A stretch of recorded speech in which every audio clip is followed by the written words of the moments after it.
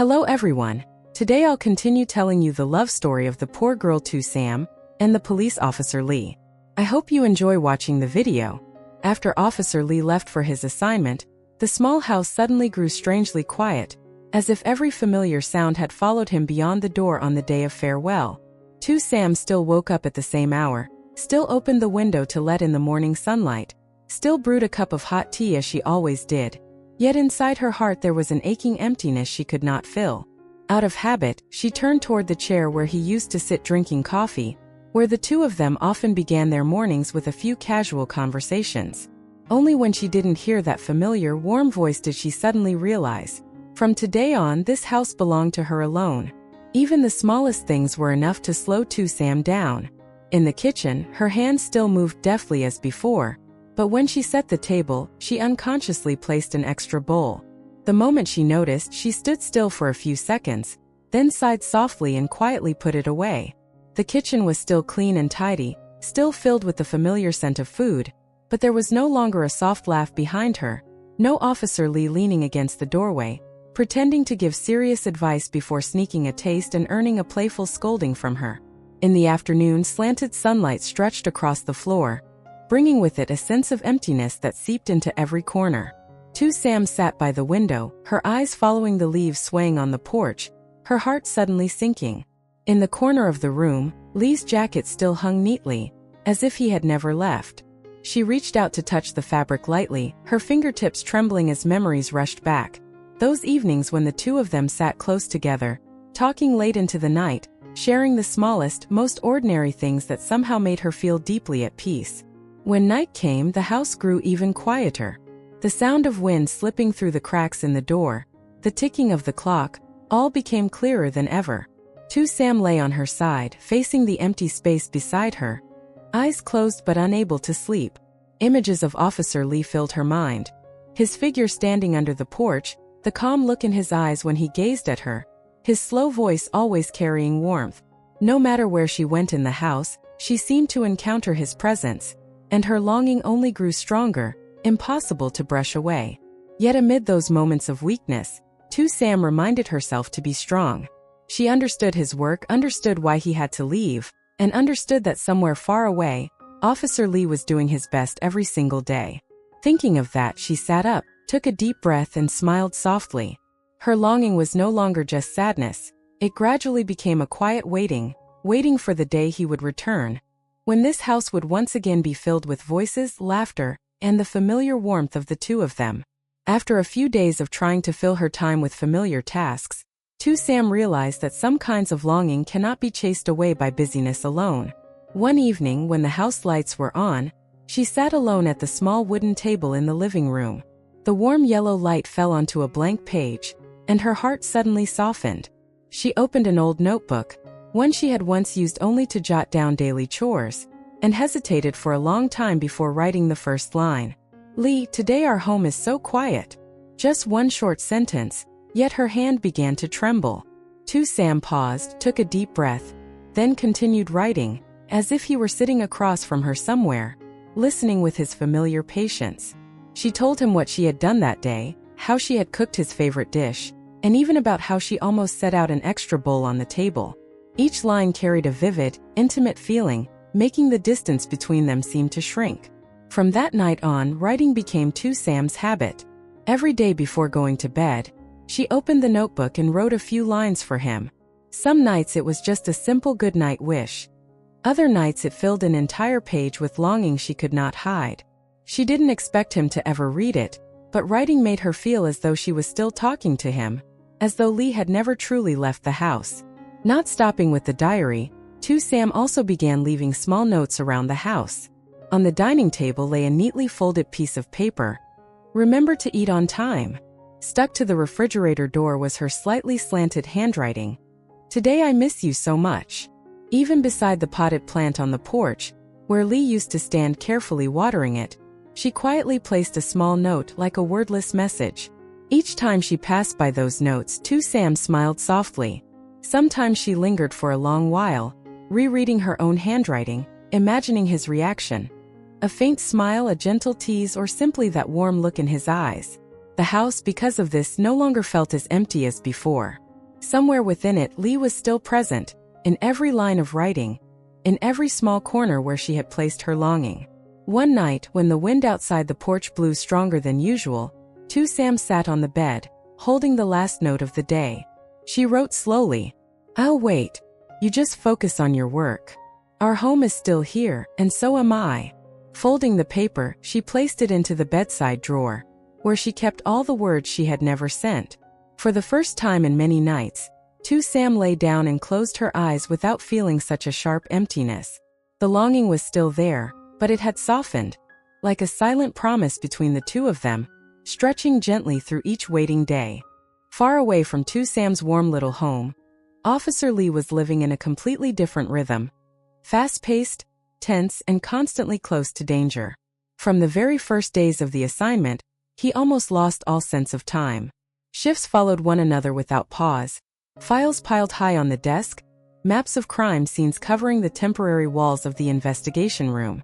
The cold fluorescent lights shone down on Lee's face, deepening his sunken eyes from lack of sleep. There were nights when he managed only a few dozen minutes of rest on a chair before jolting awake at the sound of the phone, signaling a new lead. The case he was pursuing was far more complex and dangerous than initially expected. The suspects were tied to an organized crime network, constantly on the move and ready to fight back when cornered.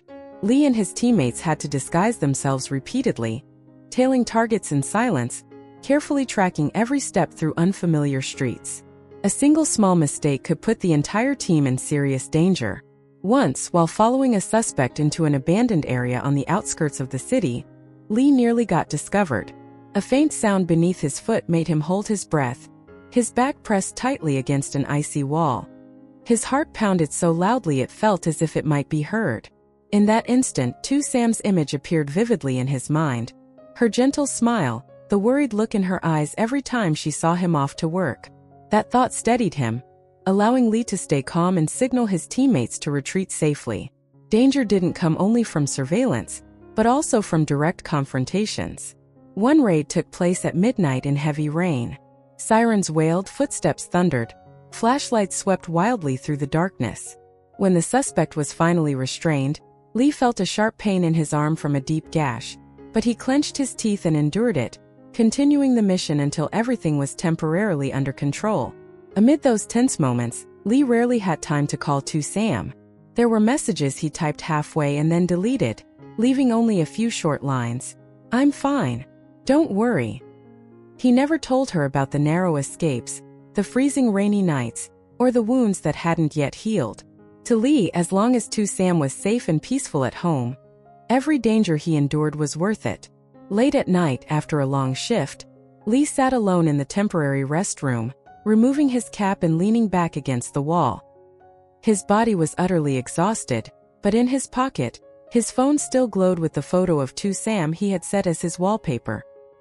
He stared at it for a long time, as if drawing warmth from that image to keep himself standing. In two completely opposite spaces, one a quiet home filled with handwritten notes of longing, the other a field of constant danger. They were both silently thinking of each other, waiting for the day they could return to one another whole and safe. The case entered its climax faster than Lee had anticipated. A crucial lead suddenly emerged, triggering a chain of actions that allowed no room for error. An emergency meeting took place in a sealed room, the commander's voice low but decisive. When the plan was set in motion, Lee quietly turned off his phone, removed the battery, and handed over all personal communication devices. From that moment on, he officially entered a period of disappearance. No messages, no calls, not a single sign sent home. In a corner of a strange city, Lee and his teammates shadowed the target for hours on end. Dark alleys, abandoned buildings, exchanges carried out in silence stretched tight as a drawn wire. The air was so heavy that every step had to be calculated. At times, Lee was forced into extremely dangerous positions. Half a second slower and he would have been exposed. Cold sweat soaked his back, his heartbeat racing, yet his eyes remained absolutely focused. In his mind flashed the image of Sam standing under the porch light, warm yellow light illuminating her gentle face. An anchor that kept him steady on the thin line between safety and danger. At the same time, back home, Sam began to feel a growing unease. On the first day without a message, She reassured herself that Lee was simply busy. The second day passed in silence and her heart sank. By the third day, when her phone still didn't light up with even the shortest notification, she could no longer hide her worry. She held the phone, staring at the screen, as if looking long enough might make his name appear. The house, once merely quiet, now felt heavier than ever. The small notes she had left around were still there, but each line now made her heart tighten. Sam opened her diary, wrote and erased repeatedly, until finally leaving just one short sentence. "Where are you?" Her handwriting slanted as her hand trembled slightly. When night fell, she barely slept. Every time she closed her eyes, vague and anxious images flooded her mind. One evening, the wind picked up stronger than usual. Outside on the porch, the soft knock of the door bumping lightly was enough to make Sam flinch. She stood up and stepped outside, looking into the dark yard, her heart hollow. Never before had she felt the distance between herself and Lee so vast, not because of space, but because of the long, unexplained silence. Meanwhile, Lee was in the middle of a tense arrest. Shouts echoed, flashlights swept through the darkness. When the key suspect was finally subdued, Lee was nearly exhausted. An old wound tore open again, blood soaking his sleeve, but he gritted his teeth and saw the mission through to the very end. When things finally settled, he leaned back against a wall, breathing hard. In that brief moment, the only thing on his mind wasn't the pain. It was Sam, wondering how worried she must be by now. Yet Lee still couldn't make contact. The mission wasn't fully over, and her safety remained his highest priority. He closed his eyes and told himself to hold on just a little longer. In two different places between two opposing worlds, one edged with danger, the other filled with anxious waiting. Both Lee and Sam were enduring in silence, holding on to a fragile belief that when everything finally passed, they would hear each other's voices again, safe and whole. The days without any contact from Lee stretched on, leaving Sam living in a near-constant state of tension.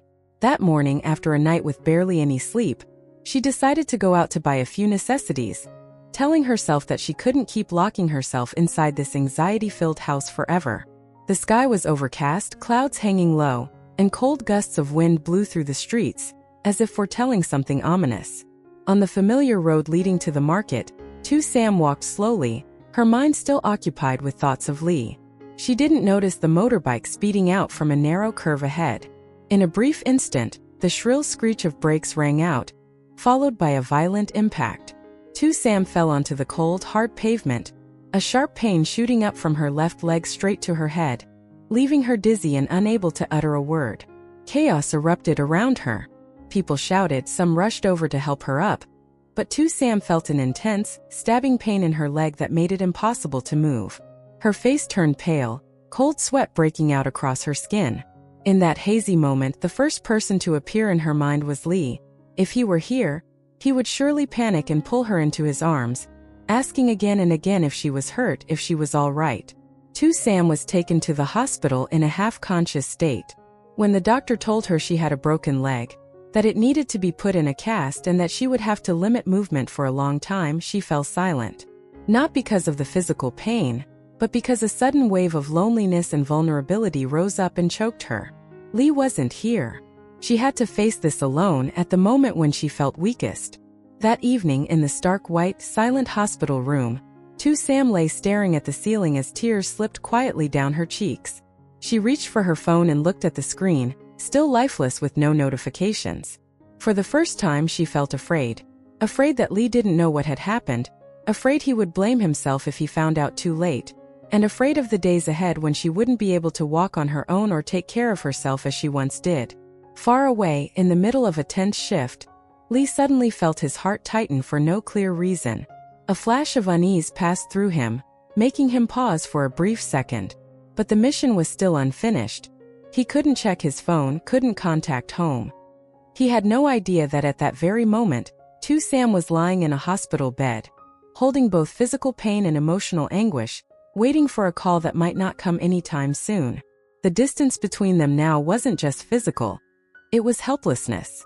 One was trapped amid danger, the other confined to a hospital bed. Both were enduring, both trying to stay strong, except this time, Sam could no longer move forward, at least not until Lee returned. The first days in the hospital were the heaviest. Her left leg, wrapped in a stark white cast and suspended above the bed, sent sharp pain through her with even the slightest movement. Yet the physical pain was nothing compared to the emptiness inside her. During the day, nurses came and went, a few people stopped by to ask after her, but at night, when the room was left with only dim lights and the soft beeping of the heart monitor, Sam truly felt the weight of her loneliness. She looked down at her legs, fully realizing for the first time that she couldn't stand up on her own, couldn't walk as she once had. A surge of helplessness burned her eyes. In her mind, images of Officer Lee kept appearing, the man who always walked half a step ahead of her, who instinctively shielded her whenever they crossed the street, whenever she was tired. If he were here, this wouldn't have been allowed to happen. But Lee wasn't here. He was far away, facing dangers she knew nothing about. Owen came to visit the next afternoon. The moment she saw Sam lying motionless on the hospital bed, her leg in a cast, she froze for a few seconds before hurrying over. She took Sam's hand, her voice trembling. How did this happen? Sam tried to smile, though the corners of her lips quivered slightly. I was just careless, Chi. I'll be fine. But Owen understood. This was far from fine. She sat by the bed for a long time, caring for her and asking questions, while inside her heart churned with conflict. She was the only one who could contact Lee if necessary. But Lee was on an exceptionally dangerous mission. If he found out, what would happen? That night, when they were alone, Sam spoke softly, her voice barely audible. Chi, please don't tell on Lee yet, okay? Owen froze. I'm afraid he'll worry, Sam continued. He's on a mission. If he gets distracted, it could be very dangerous. As she said that, Sam turned her face away, tears silently soaking into the pillow. It wasn't that she didn't need Lee. She was afraid of becoming a burden, afraid that because of her, he might be put in danger. Owen tightened her grip on Sam's hand, her heart heavy, unsure which choice was the right one. Elsewhere, Officer Lee was going through the most intense pursuit since the mission began. In a brief pause between operations, he unconsciously pressed a hand to his chest, the sense of unease stronger than ever. A vague intuition made him stand still for a few seconds, his gaze darkening, but there was no way to confirm it. His phone was still sealed away, and the mission was not yet over. That night, in the quiet hospital room, Sam opened her familiar diary. Her hand trembled, her handwriting shakier than usual. Lee, today I couldn't stand up anymore. But I'm okay. Don't worry. Just come back safely. After writing, she closed the notebook, hugged it to her chest and closed her eyes. She didn't know when Lee would find out, nor how much it would hurt him when he did. She only knew that from this moment on, both of them were being held back, one by a life-or-death mission, the other by legs that could no longer carry her forward. The call came at a moment Sam least expected. The phone vibrated softly on the bedside table after night had fully fallen. She had her eyes closed, trying to sleep through the dull pain that spread from her injured leg with every breath. When she saw Lee's name appear on the screen, her heart tightened. For a moment Sam even forgot how to breathe. She hesitated for a long time before pressing answer. On the other end, there was no greeting right away. Only a long silence, long enough for her to clearly hear his heavy breathing, hurried, restrained, as if he had run a great distance just to make this call. Sam! Lee's voice was hoarse, lower than usual. That single word was enough to sting tears into Sam's eyes. She bit her lip and didn't answer immediately.